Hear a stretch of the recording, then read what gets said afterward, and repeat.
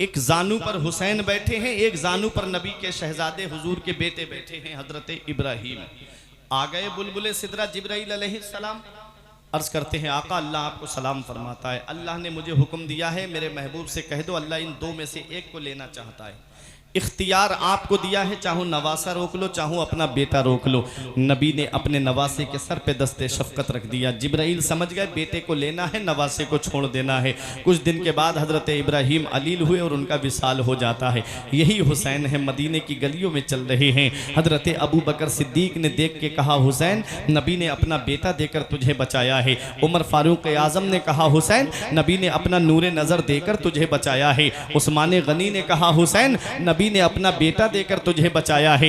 मौला अली ने कहा हुसैन नबी ने अपना लख्ते जिगर देकर तुझे बचाया है। हजरत इमाम हसन ने कहा भाई हुसैन हमारे नाना ने हमारा मामू देकर तुझे बचाया है। हजरत फातिमा ने कहा बेटा हुसैन मेरे बाबा ने मेरा भाई देकर के तुझे बचाया है। यही हुसैन है जब आपकी उम्र 56 साल की होती है और जब सन हिजरी 60 आती है और जब यजीद तख्त पे बैठता है तब सबसे पहले दबाव मेरे हुसैन पर डाला जाता है।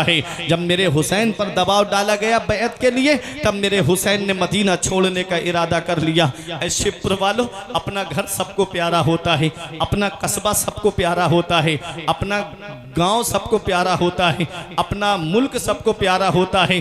अल्लाह अकबर। जरा हुसैन से पूछिएगा जब हुसैन पे दबाव डाला गया बैअत का तब मेरे हुसैन ने मदीना छोड़ने का इरादा कर लिया और अपना छोटा सा काफिला लेकर के नाना के रोजे पे आते हैं। नाना आपका वही बेटा हुसैन आया है जिसको आप अपने सीने से लगाया करते थे। आपका वही बेटा हुसैन आया है नाना जिसके लिए आपने फरमाया हुसैन मुझसे है और मैं हुसैन से हूँ। आपका वही बेटा हुसैन आया है जिसके लिए नाना आपने फरमाया है कि हुसैन जन्नती फूलों में से एक फूल है। ए मेरे नाना आपका नवासा आपके रोजे से बहुत दूर जा रहा है, अब अपने नवासे का आखिरी सलाम कबूल कर लो। नाना मैं इस्लाम की कश्ती किनारे लगाने जा रहा हूँ, ये कहा और अपनी माँ फातिमा की तुरबत पे आए मेरे हुसैन। अम्मी आपका वही बेटा हुसैन आया है जिसे बुखार आता था तो तुम मन्नतों के रोजे रखती थी, अब अपने बेटे का आखिरी सलाम कबूल करो। अपने भाई इमाम हसन के मज़ार पर आए, भाई आपका वही भाई हुसैन आया है जिसका हाथ पकड़ के तुम मदीने की गलियों में चलते रहे, अब अपने भाई का आखिरी सलाम कबूल करो। हुसैन छोटा सा काफिला लेकर के मदीना शरीफ छोड़ने का इरादा करते हैं। मदीने के बच्चे आ गए, मदीने के बूढ़े आ गए, मदीने के जवान आ गए, सब कह रहे थे हुसैन मदीना छोड़ कर ना जाओ। हुसैन तुम्हें देख लेते हैं तो तुम्हारे नाना मुस्तफ़ा की सूरत निगाहों के सामने आ जाती है, जब नबी की याद तड़पाती है तो हुसैन हम तुम्हारा चेहरा देख लेते हैं, तुम हमारे नबी की निशानी हो। हुसैन तुम मदीना छोड़ करके ना जाओ। औरतें रो रो के हजरत ज़ैनब से कह रही थी तुम मदीना छोड़ करके ना जाओ।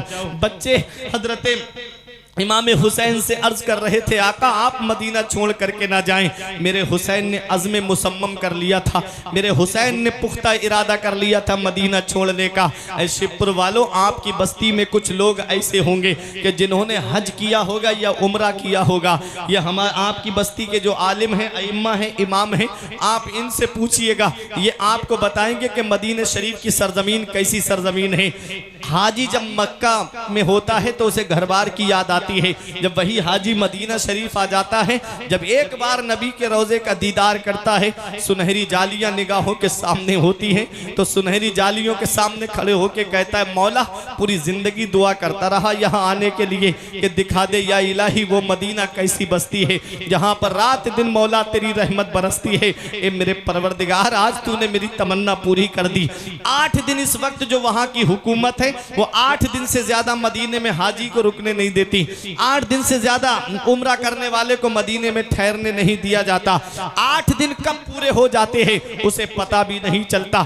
8 दिन पूरे होने के बाद उसके कानों में एक आवाज आती है फला तारीख में जो हाजी आए थे, फला गाड़ी से जो हाजी आए थे, अब उन मदीना छोड़ने का वक्त आ गया है, अब अपना अपना सामान सफर तैयार करें, फला नंबर की बस फला जगह खड़ी है और उसमें जाकर के अपना सामान रखें और सफर के लिए तैयार हो जाएं। जब ये आवाज हाजी के कान में पहुंचती है तो आंखों से आंसू जारी हो जाते हैं। आंखों से आंसुओं का सैलाब सावन भादों की तरह बरसने लगता है और अलविदाई सलाम करने नबी के रोजे पे जाता है और सुनहरी जालियां पकड़ के कहता है, मौला इस दयार में आने के लिए पूरी जिंदगी नमाजों में दुआ करता रहा, दिखा दे या इलाही वो मदीना कैसी बस्ती है जहां पर रात दिन मौला तेरी रहमत बरसती है। मेरे परवरदिगार, आज एक दुआ करता हूं तेरे महबूब के वसीले से, मौला अगर तू मुझे जिंदगी दे, अगर तू मुझे माल दे, दौलत दे, अगर सेहत दे, तो एक बार अपने महबूब का रोजा और दिखा देना। ये कह के हाजी नबी के रोजे पे सलाम करके हाजी जब अपना सामान उठाता है, मैंने खुद हाजियों की जुबानी सुना है, कहते हैं हाजी जब अपनी सवारी की तरफ चलता है तो मुड़ मुड़ के देखता है नबी के रोजे की तरफ, मुड़ मुड़ के देखता है गुंबदे खजरा की तरफ। ये उस हाजी की मैं बात कर रहा हूं जिसका घर मदीने में नहीं, जिसकी प्रॉपर्टी मदीने में नहीं, जिसका सरमाया मदीने में नहीं, जिसका कारोबार मदीने में नहीं, ये सिर्फ नबी के रोजे का दीदार करने गया है। तब मोहब्बत का ये आलम है कि मदीना छूट रहा है, आंखों से आंसू बह रहे हैं, मदीना छूट रहा है, आंखों से आंसुओं का सैलाब जारी है, मदीना छूट रहा है, आंखों से आंसू बरस रहे हैं। हाजी अपना सामान उठाता है और अपनी सवारी की तरफ बढ़ता है। जब तक मस्जिद नबवी के मीनार नजर आते हैं, हाजी मुड़मुड़ के देखता है नबी के रोजे की तरफ, मुड़मुड़ के देखता है गुंबदे खजरा की तरफ। अर्श पे नूरे मुस्तफा देखा, आईना पेशे आईना देखा, जब हुई रुखसती मदीने से हमने मुड़मुड़ के रास्ता देखा। हाजी मुड़मुड़ के देखता है नबी के रोजे की तरफ। ये उस हाजी की मैं बात कर रहा हूँ, 8 दिन मदीने में रहने वाला हाजी जब मदीना छोड़े तो आंखों से आंसू रो के नहीं रुकते हैं। तो वो हुसैन जिसने बचपन मदीने में गुजारा, वो हुसैन जिसने जवानी मदीने में गुजारी, वो हुसैन जिसने 56 साल की उम्र मदीने शरीफ में गुजारी, जो फजर भी मस्जिद नबवी में चलता रहा, पढ़ता रहा, जो जोहर भी मस्जिद नबवी में पढ़ता रहा, जो असर भी मस्जिद नबवी में पढ़ता रहा, जो इशा भी मस्जिद नबवी में पढ़ता रहा। हाँ, जिसने मदीने की गलियों में चलना सीखा, मदीने की गलियों में बोलना सीखा, मदीने की गलियों में जिसने 56 साल की उम्र गुजारी है। अरे जब 8 दिन मदीने में रहने वाला हाजी मदीना छोड़े तो आंखों से आंसू रोके नहीं रुके। हुसैन ने तो 56 साल की उम्र मदीने शरीफ में गुजारी है। नाना का रोजा छूटता होगा, कैसी बीतती होगी आका हुसैन के दिल पर। माँ की तुरबत छूट रही है, कैसा लग रहा होगा मेरे हुसैन को। भाई का रोजा छूट रहा है, कैसा लग रहा होगा मेरे हुसैन को। हुसैन जैसे ही मदीने से बाहर निकले, मुड़ मुड़ के देख रहे थे नाना के रोजे की तरफ। हजरत ज़ैनब ने पूछा, ए मेरे भाई आप क्या देख रहे हैं? तो मेरा हुसैन कहता है, ए मेरी बहन ज़ैनब, जिसे दुनिया में कहीं चैन नहीं मिलता, जिसे दुनिया में कहीं सुकून नहीं मिलता, जिसे दुनिया में कहीं आराम नहीं मिलता, जिसे दुनिया में कहीं राहत नहीं मिलती, उसे चैन हमारे नाना के मदीने में मिलता है, उसे सुकून हमारे नाना के मदीने में मिलता है। आज वही मदीना हुसैन से छूट रहा है। कौन सा मदीना? हाँ, वही अरमानों का मदीना, हाँ वही तमन्नाएं पूरी करने वाला मदीना। वो मदीना हुसैन से छूट रहा है जिसके बारे में शायर ने कहा था, तजल्लियों की अजब है फिजा मदीने में, निगाहे शौक की है इंतहा मदीने में, गमे हयात ना खौफे कज़ा मदीने में, बराहे रास्त है राहे खुदा मदीने में। वो मदीना हुसैन से छूट रहा है जिसके बारे में शायर कहता है, पुकार के कहता है, ना हो आराम जिस बीमार को सारे जमाने से, उठा ले जाए थोड़ी खाक उनके आस्ताने से। हाँ हाँ, वही मदीना छूट रहा है जिसके बारे में आला हजरत कहते हैं, तैबा में मर के ठंडे चले जाओ आंखें बंद, सीधी सड़क ये शहरे शफात नगर की है। वही मदीना, वही मदीना जिसके बारे में ताजुल शरिया कहते हैं, मदीना ऐसा गुलशन है जो हर गुलशन की जीनत है, बहारे बागे जन्नत भी मदीना की बदौलत है। मदीना छोड़कर जन्नत में कोई जा नहीं सकता, मदीने से मोहब्बत है तो जन्नत की जमानत है। वो मदीना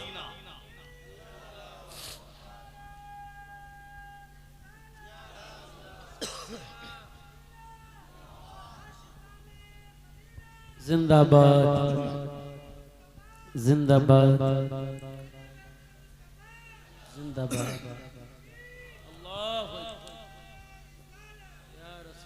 कौन सा मदीना?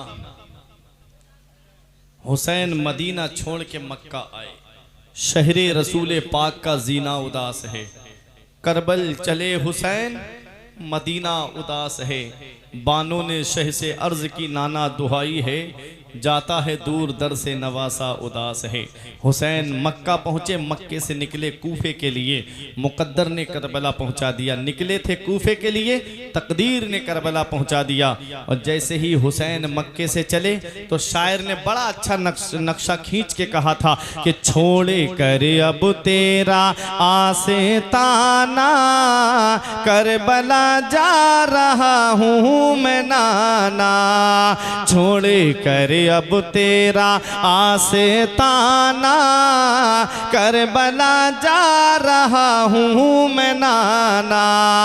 छोड़ कर अब तेरा आस्ताना, करबला जा रहा हूँ मैं नाना।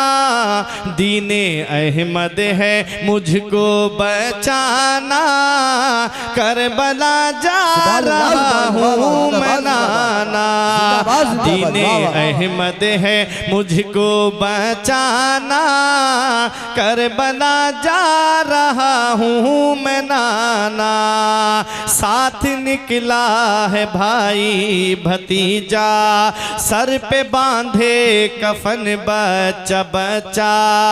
साथ निकला है भाई भतीजा, सर पे बांधे कफन बच्चा बच्चा।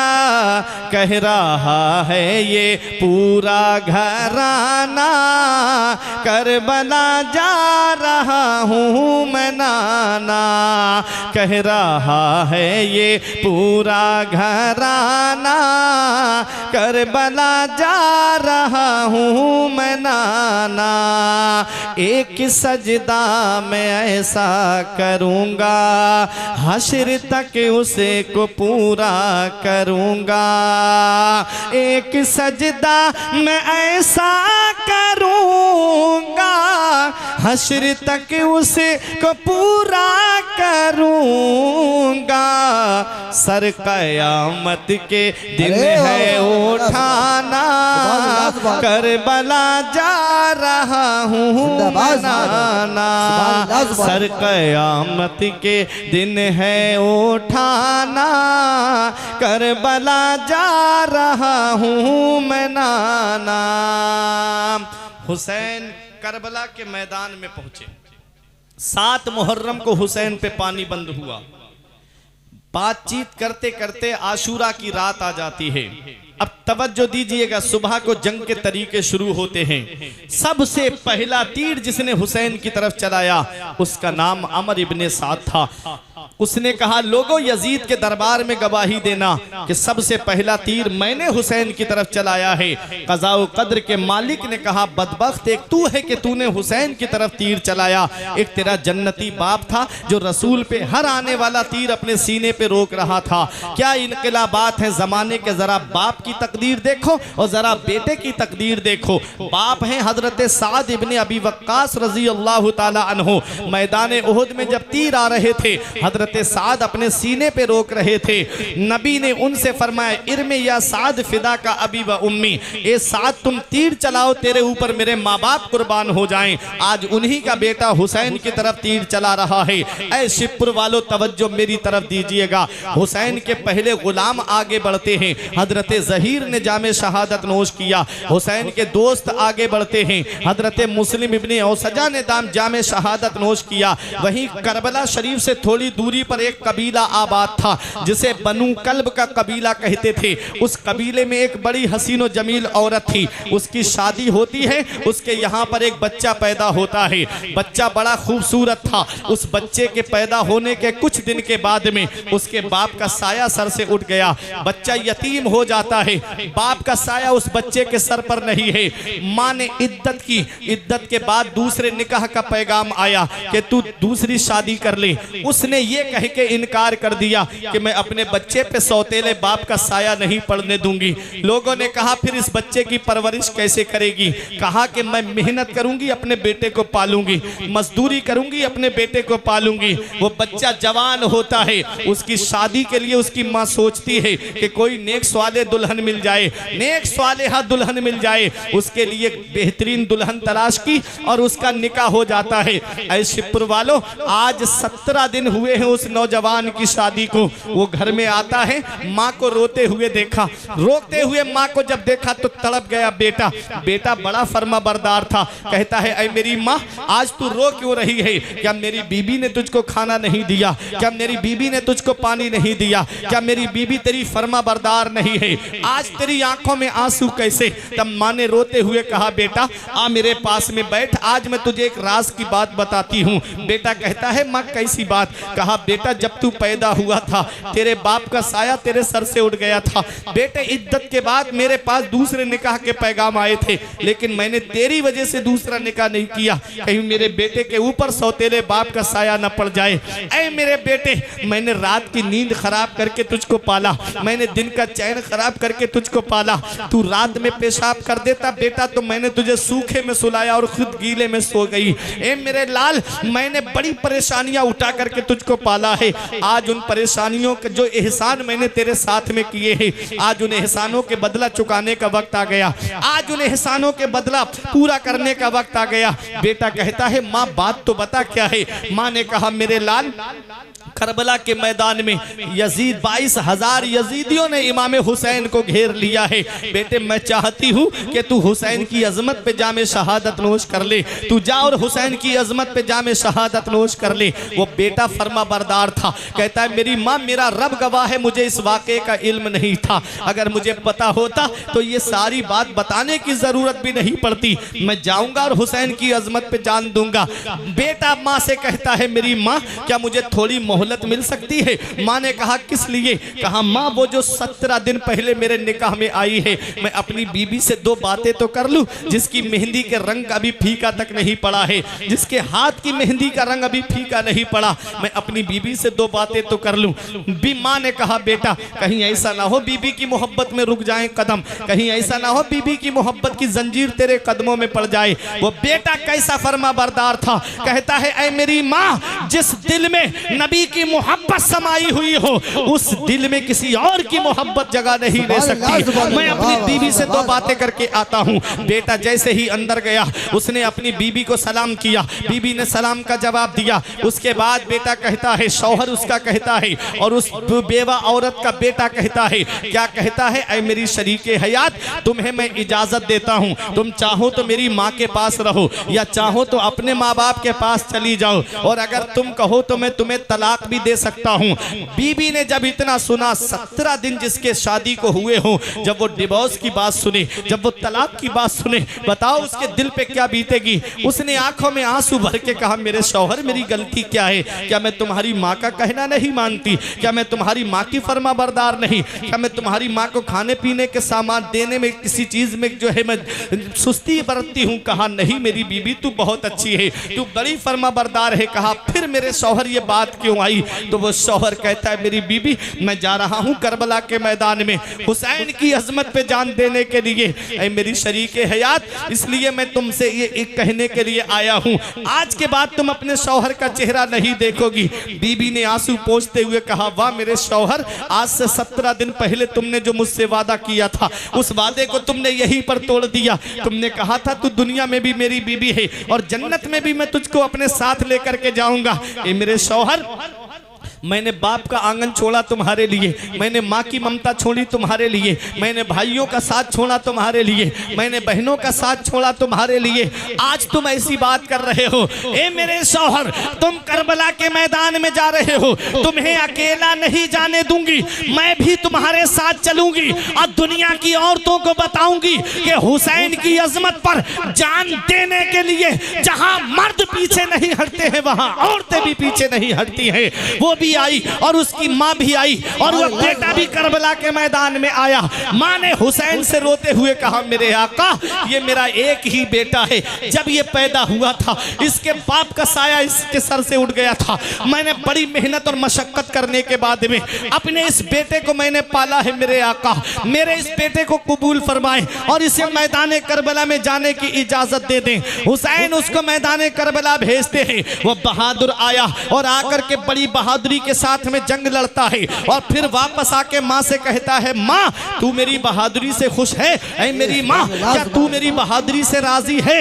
माँ से कहता है, माँ अगर पानी के चंद कतरे मिल जाते तो फिर तू मेरी बहादुरी के और जौहर देखती। माँ ने कहा, बेटा मुझे खुशी तो है तेरी बहादुरी देख करके, लेकिन मुकम्मल खुशी मुझे उस वक्त हासिल होगी जब तू हुसैन की अजमत पे गर्दन कटाएगा, जब तू हुसैन की अजमत पे जामे शहादत नोश करेगा।